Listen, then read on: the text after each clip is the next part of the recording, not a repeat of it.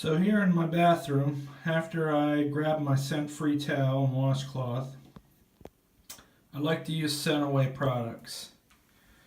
About 8-9 years ago, I was watching an episode of Deer and Deer Hunting, which I've tried to look for that episode since then, and you can't find it anywhere. But they did an independent study where they compared Scent-Away to Wildlife Research Center's products, and Primo Silver XP, and Dead Downwind, and even a homemade scent reducing spray that it was like a homemade recipe that they got offline. And basically, what they found was they had human bacteria growing in petri dishes, and they used each one of these products here to kind of spray the bacteria down, and then they had some way of detecting the odor levels after being sprayed down with each product. And Scent-Away was leaps and bounds above the competition. Now, since then, Deer and Deer Hunting's been pushing a lot of Dead Downwind product, and I don't know if it's because they have different sponsors now or what, but they don't even talk about Scent-Away anymore. But I watched the video, and this is the stuff that I continue to use. And as you can see, everything here is odorless. I don't like using the earth-scented sprays or anything with scent to it, because it's my belief that deer could become familiar with these scents over time, especially if you live and hunt in a high-pressure area such as I do. Everyone's using the earth scent. So in my mind, it's only a matter of time until deer start to equate the smell of synthetic earth scent with danger. So everything I do is scent free. So I wash 2 times in the morning with the green soap and my scent free washcloth. I go over my body twice, making sure to hit the smelly areas. Guys, we all know which areas they are, and get everything nice and clean.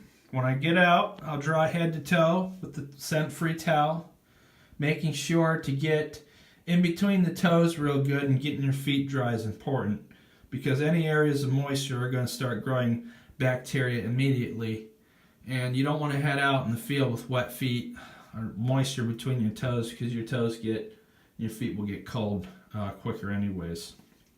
So I'll get cleaned off real good. I brush my teeth twice with baking soda here, just to make sure we get the teeth good and clean, and the mouth smelling good. And then I have a toothbrush that I only use for hunting season with the baking soda. I do not use my regular toothbrush that I use the minty smelling toothpaste with. I use a specific toothbrush just for hunting season and the baking soda. That way everything's not getting cross-contaminated. And then last but not least, I use unscented Arm & Hammer. And I'll put this on the pits and anywhere else that you can think of that might get sweaty and start growing bacteria the fastest. And like I said, use your imagination, you guys. You know where those areas are. So the last thing I'll do is kind of spray my body off. Sometimes especially my face and my head. I will spray my face and my head down real good with the Scent-Away Max before getting dressed. Another thing worth mentioning is during hunting season, I try to keep my hair short. And hair will not only harbor bacteria, but it stores odors. So I like to keep my hair not only on my head but in other places kind of trimmed to a minimum. That way I'm not walking around with a head full of hair wicking scent all over the place. I mentioned that I didn't eat in the morning. That wasn't entirely true. Sometimes I do eat an apple first thing in the morning. Apple's a natural thing that we have around here.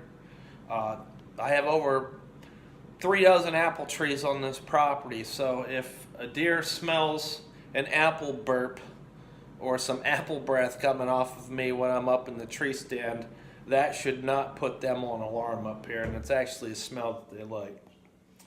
When I mentioned energy shots, I meant something like a 5-hour energy. I'll drink this first thing in the morning before I brush my teeth. And that's got some caffeine in it and some vitamins and stuff that's going to kind of give me some energy to sit up in the tree stand and not fall asleep. Another thing that I do is if I end up driving somewhere, I don't get fully dressed. I'll have clothes that I wear in the truck that are scent-free with gloves and stuff. That way I'm not getting the truck scent all over me. And then when I get to my destination, I'll peel those truck clothes off, set them aside, and then I'll get dressed at the back of the truck. I'll get my totes out, get dressed at the back of the truck into my scent-free clothes. And that way we're not getting cross-contaminated in the truck.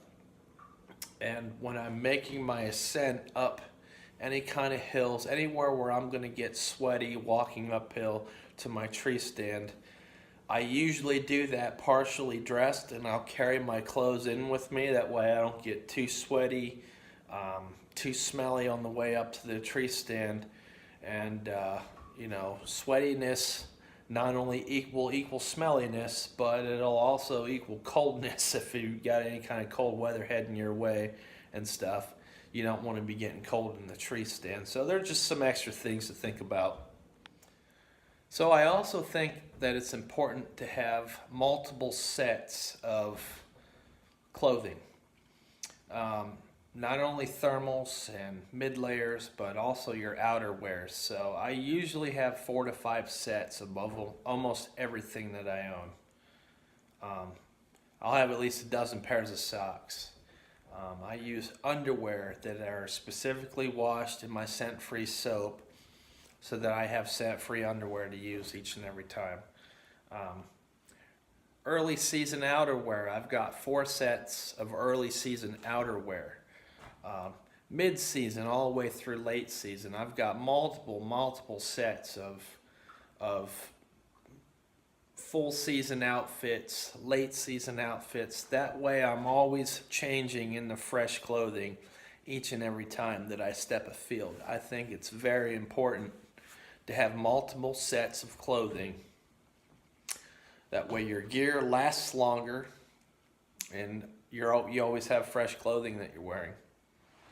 So I haven't gotten into the ozone generators yet, either home units or in the field. And there's nothing against the guys who use them. This isn't a knock on any brand or anything like that, or any of the guys that use that stuff, because I am a firm believer that you need to have confidence in your system. I have confidence in mine. It works for me. I don't get busted often at all when I'm out hunting. I kill my share of nice bucks, and I have confidence in my system. So, confidence, and not only your scent control regimen, but your gear, everything. You need to have confidence in your stuff, and if you don't, you're going to be out there second guessing yourselves, and the mental game of it is a big part of the equation. So if you guys are using the scent ozone generators, both at home or out in the field, keep using it. I've heard it can be rather caustic to some of your gear, especially if you have a lot of rubber, elastic stuff in your waistbands and stuff like that. I do know the ozone can kind of degrade and eat those things up, kind of shorten the lifespan of some of your garments that way, so you got to be careful with that. And you definitely do not want to be breathing the stuff in. So it's ozone can cause cancer. There's a lot it can be. It would be very caustic and toxic to your lungs. So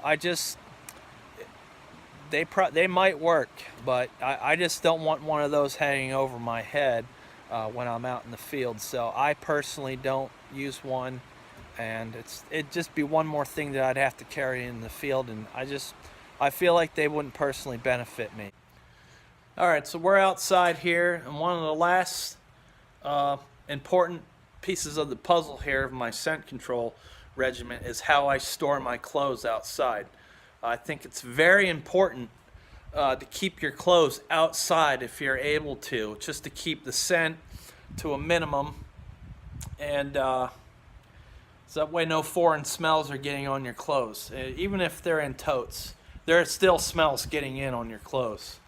So as you can see here, around the perimeter of my carport is a cable. It's a plastic coated cable. It's a chain in the back over there.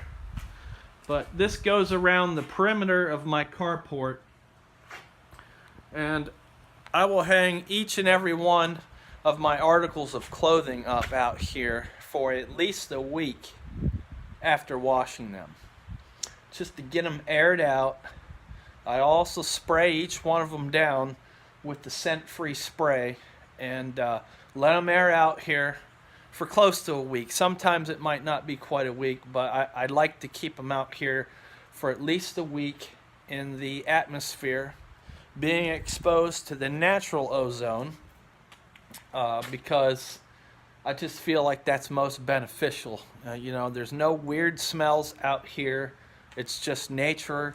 It's air the way it's supposed to smell like. So I'll leave them up out here, and then once they're dry and they've hung long enough, I'll get them in the totes, which I store right over here. I keep my clothes, all my clothes, in the totes outside here underneath the carport. Again, we're not getting any weird smells or anything getting into the totes, and everything stays nice and clean that way.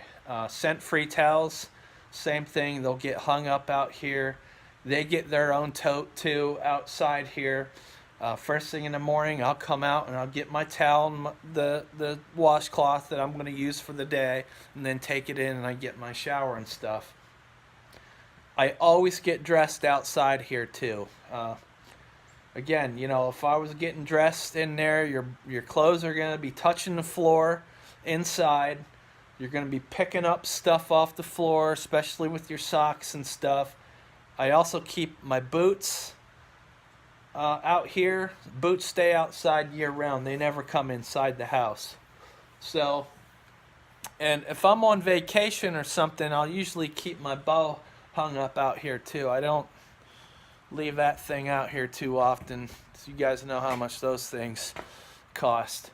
But I will leave my bow hung up over here once in a while when I'm on my vacation. Again, that just keeps my bow smelling fresh. So yeah, that pretty much covers it all. It's pretty simple. You know, a lot of it may seem redundant to some of you guys. I know it's not practical for all of you guys to do, because some of you live in town.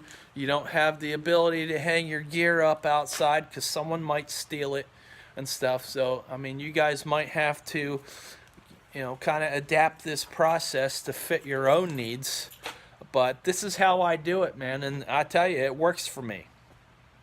You know, I know a lot of guys out there have even a more strict and more involved regimen than I do. You know, they use a lot of the zeolite pellets and, you know, carbon dust that, you know, that the stuff works. I mean, but, you know, me personally, I don't want to breathe that stuff in. And I don't want to go around looking like a coal miner all hunting season long. And I can sure tell you that my wife does not want me bringing that mess inside after I'm done hunting every day, because that stuff gets everywhere. So I hope you guys found this informative. Check us out on Facebook, Northeast Whitetail Habitat and Strategy Management. Stop on over to Hunting the Empire Podcast. We're on Facebook, Instagram, Twitter.